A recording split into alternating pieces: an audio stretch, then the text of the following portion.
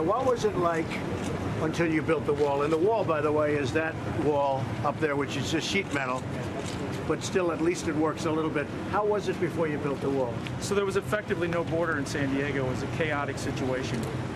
This fence behind me, it was made out of scrap metal that the military wasn't using, that we set in place to really just delineate the border once again. You needed something. And it changed our environment. We went from, we decreased the illegal cross-border traffic by 95% with that fence and the roads and the lights and the technology. So that's 95% with a scrap metal wall that they just put together with excess material.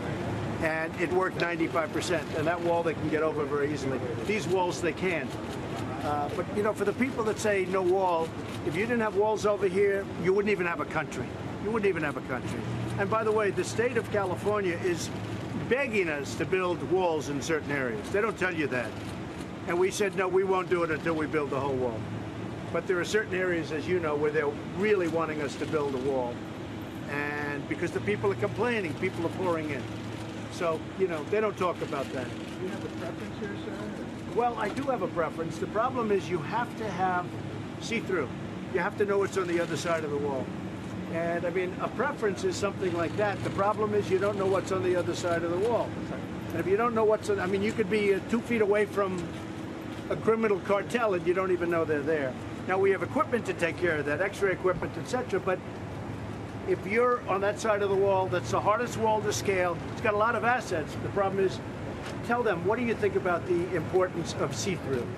When I have a see-through wall, sir, I know what's approaching the border before it approaches. We have great partners in Mexico with the law enforcement on that side. I can call them for assistance. I don't get the opportunity to get ahead of a threat if I can't see it approaching. And what's the danger of not having the see-through? When the steel metal fence behind us, we learned from that, and back in the 90s, we went in and actually cut in cords where we could see on the south side. We found that smugglers were using the fence to hide behind. And they were either rocking our agents or they would acquire large groups of people or narcotics, and then they would just rush across the border quickly. Now, if you just have a pure fence, now that's a fence, a very sturdy fence. But coming up, I noticed, the first thing I noticed, look how many holes are in that fence. Now, they fix the holes, but it doesn't look very good. They just patch it with more fence.